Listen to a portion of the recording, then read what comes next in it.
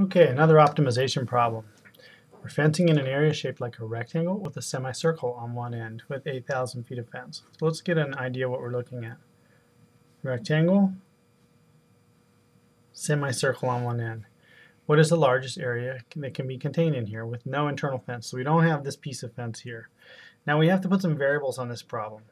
I'm going to choose, let's use x along here and here. They're the same size. And I have the area of a circle, and that's related to the radius. So I'm going to use r.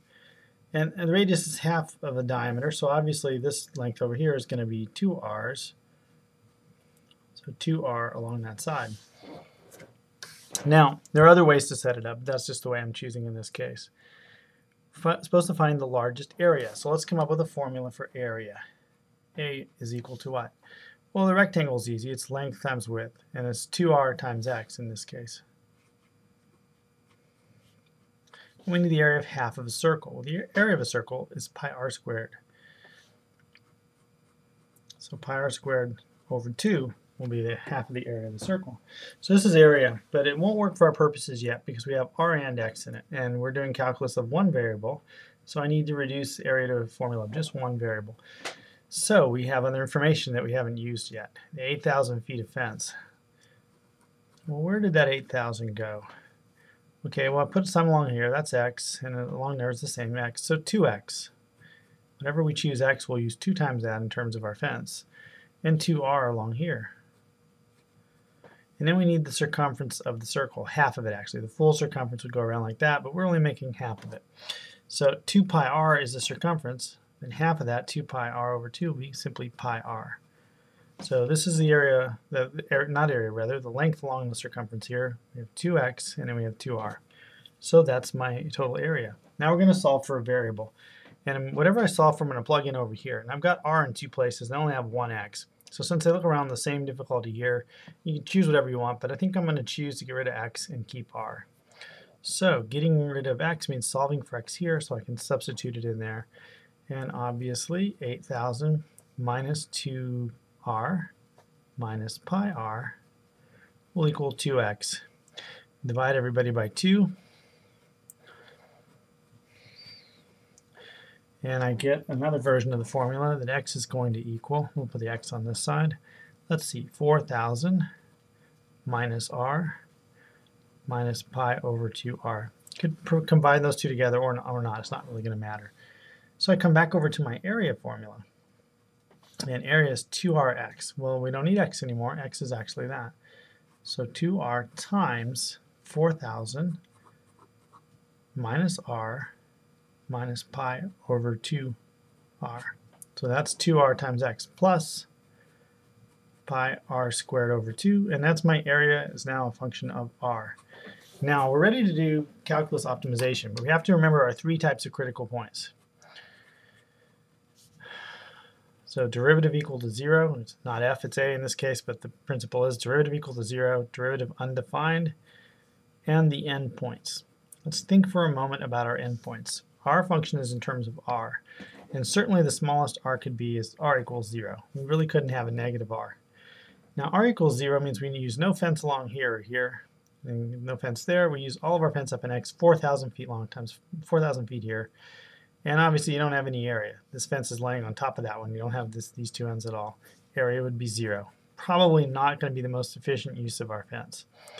Let's think about the biggest r could be. Well, if we have no x, then that's going to be our biggest r. And that would look like this. We have this end, and we still basically have a semicircle. So that one is actually possible. So we do need to consider what's going to happen in this case. Well, let's see that we'd have 8,000 feet of fence still. And the x is gone, so we have 2r plus pi r. And solving for r times 2 plus pi, and then divide that to the other side. So let's divide it over here, 2 plus pi on the bottom. I have to recancel it. R equals 8,000 over 2 plus pi. So doing that on our calculator, we get 1555.93 or something around like that. Approximately 1555.93. And if that's our r, pi r squared would be the area of the full circle of that radius, so we want half of that. So pi times 1555.93. So we'll break out a calculator for a moment.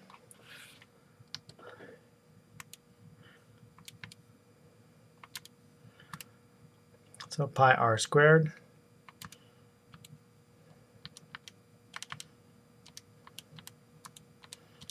Divide that by 2, and we get a really large area. So this one has a potential 3802769.3.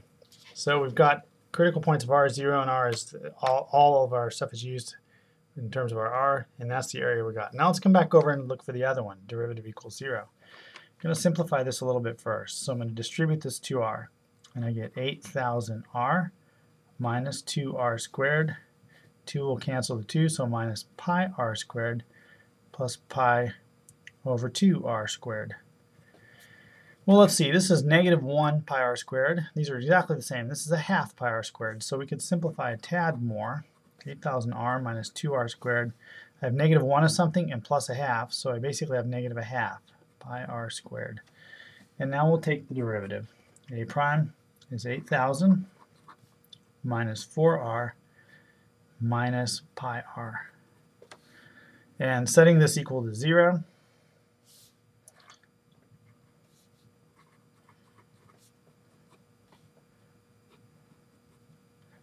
let's factor this r out. So minus 4r minus pi r, and I'll get negative 8,000 divided by negative 4 minus pi equals r.